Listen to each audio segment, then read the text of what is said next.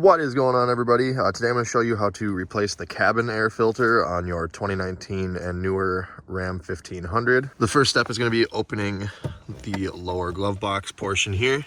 It's a pretty rigid glove box. I found the easiest way to get this out is actually just to kind of grab right here and pull towards you like that. Here, let me get it unclipped the rest of the way. Sorry, it's kind of hard to do with one hand. There we go. Now this little string is going to hold it up. I'm just going to carefully kind of let it dangle.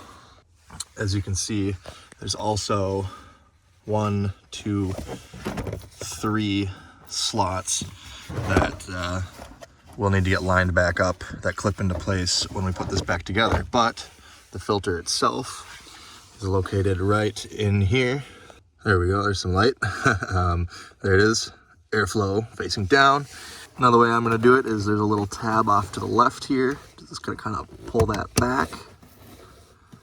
And then there is another one over on this side, which my hand will be in the way, so I'm not going to film that. But I'm going to have to get back here and pull the other side off just like that.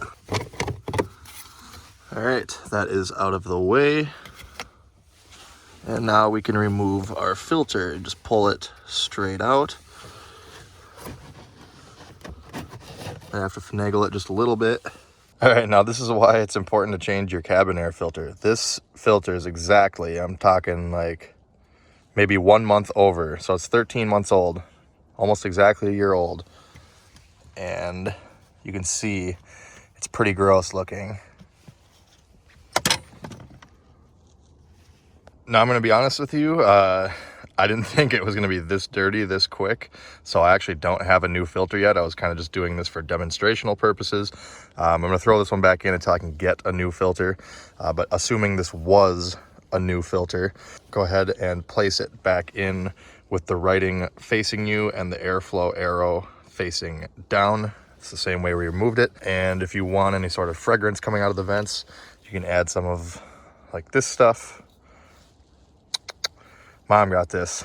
Should've got black ice. Everyone knows that's where it's at.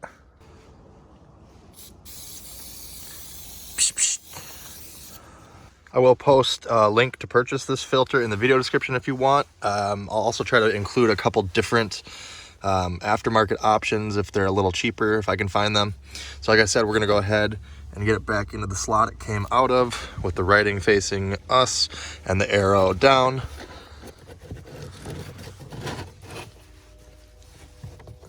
Sure it's in there.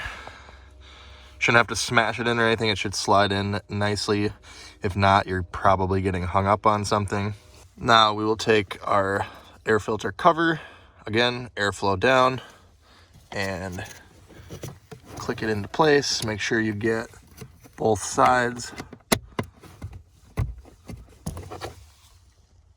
And now we are ready to reinstall the glove box. Honestly, this is probably the hardest part, just because, as you can see, hopefully, they're kind of like half round circles that you need to clip onto these sections right here, but it's kind of hard to get this one lined up with these two little ones. If it's not lining up, don't shove too hard.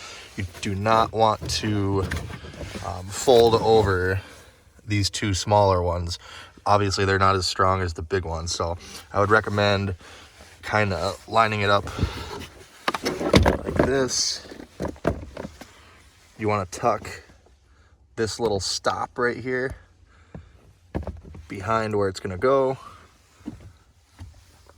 Same over on this side, and then you kind of want to bend it down, and you can get a view from the bottom side if you have to, and just kind of push to clip those 3 clips back in. So like I said, I'm on the bottom side here. It looks like the tabs are a little off. I need to come this way a little bit, like that. And now I can kind of shove down. It's kind of working my way along. I started with the centermost one, center of the truck, then to the center of the glove box, and now we're on the outside one, just like that. And if you've done everything right, it should not hit anything. should close just like it did before. All right, and that's pretty much it. I'm sorry I couldn't get slightly better angles. It's kind of dark in there. There's not really a whole lot of good angles, and you know, dark interior, low light. Did the best I could, so hopefully you can kind of figure it out. Like I said, honestly, the hardest part is getting that stupid glove box clipped back on. So the easiest thing to do, like I showed, is just kind of get everything lined up best you can. Start with this side over here and just kind of gently push. You know, if you're pushing real hard, don't force it. You don't want to bend over those fingers and break them. Otherwise, you'll probably be buying a new glove box door. So again, I'll post filters in the description if I can find them. If this video helped you out, make sure you hit that like button, subscribe, and hit the bell for more videos like this, and check me out on Facebook at Tony the Truck Guy. Thanks for watching. Have a great day.